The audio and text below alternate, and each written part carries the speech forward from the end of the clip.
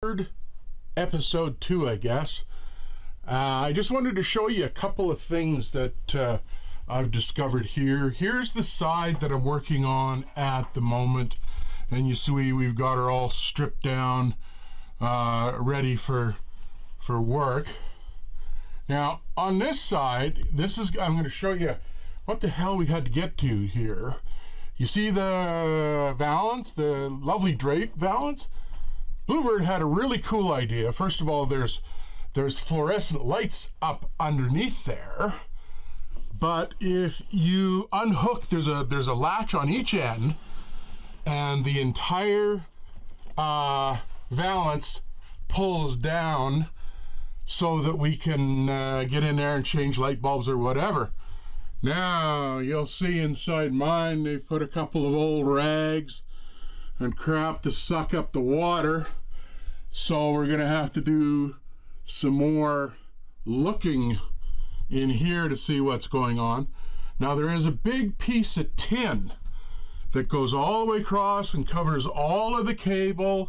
It's screwed, trying to remember, geez, it was only a week ago, and I can't remember whether it was screwed up underneath the plywood or yeah, I think it was up underneath the plywood, and you had to get the screws out, and you can see we still got screws there we haven't been able to get out, and you can see how the frame rails, or what, ribs or whatever you want to call them, are rusty. We're gonna have to do some grinding on that, and then paint it and see if we can curb that a little bit. Now if you look over here, and I don't know how the light is, but here's one of the pieces of tin that covers all of that, all of the wiring and stuff, and you can see how badly rusted it is. It fits up underneath there, and I'm gonna have to grind it down and paint it something like that color. I think that's, well, maybe not, maybe that's, oh god, no, that's not paint, that's some of the vinyl fabric, the same as the roof. I've got a couple of places sorted, see if they can source some out. I'm either going to get something super close that it's going to not look too bad, or I'm going to have to replace the whole damn ceiling all the way to the back bedroom where it's not bad. Now the other thing I wanted to show you was how this thing is actually held in here. If you look very carefully up underneath there, you can see there's a piano hinge, and on this side the piano hinge goes from the edge of that counter all the way across, all the way over to this side. So that's a good length of piano hinge. Now the one on this side that we've already taken down, holy crap, that's got to be 15 feet, or 8, 9, 10, probably 12 feet, I'm sorry. It runs all the way from over there, all the way across over here. And I've got it back here. And I'm gonna have to take it off and sand it down or grind it down or whatever, and then paint it. I don't think it's damaged in any way other than the fact that it's pretty rusty. You'll also see how there was board. Oh, you hear that cracking? Well, this is the what did they call it? They called it masonite, that they have underneath then the fabric and the foam is attached to this for your roof panels. But you can see how this is all black molded, and see how bad that is. Yep, I'm gonna have to look at this one. This panel is just terrible, but I'm gonna have to replace it. Anyway, I'll show you what I've been working on with this. I keep moving my will, just about tripped and fell, killed myself here. Great, I killed my light somehow. Sorry about that. By the way, I'm also learning how to use a video camera, learning how to video edit, learning how to do this. So learning how to put stuff on YouTube. So we're doing stuff every place. Oh, look, another rag. Anyway, oh yeah, this bottom piece, or sorry, the piece behind here, you see how your AC goes back in there? It's got AC vents and your 12 volt lights all along here.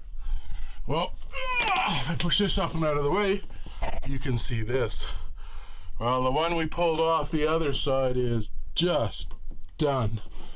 And I'll show you it in a second here. But anyway, here's something else I was going to show you. They must cut the plywood and put it up here. Then they must cut the masonite, or whatever this is, some kind of plyboard, and put it up here, and drill holes in the two to line up these I don't know what you call them, push pins or whatever, and then put these push things that they push through the laminate, then through the masonite board, and then fabric over it, then put the piece up and tap these things in with a rubber mallet or something to hold it up. I don't know if I'm going to be that sophisticated. I may end up using some glue to put these panels up, but we'll see. We'll see if I can figure out.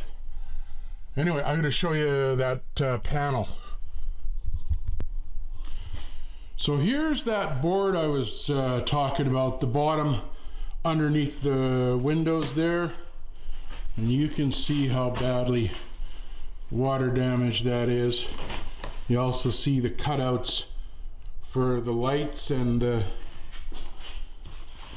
air conditioning vents. Here's all the hardware. There's some of this vinyl roof material they've turned into rope, and it actually goes around the outside edge of this up against the wall. Then there's the 12 volt lights and the air conditioning vents. So the first thing I did is I pulled this off and tried to figure out where everything was. As you noticed, I don't know if you can see that or not, I've marked that front bottom, and we put it in on my bench here, and with a heat gun and a lot of patience, we managed to, oops, well, that didn't work out so well. Sorry.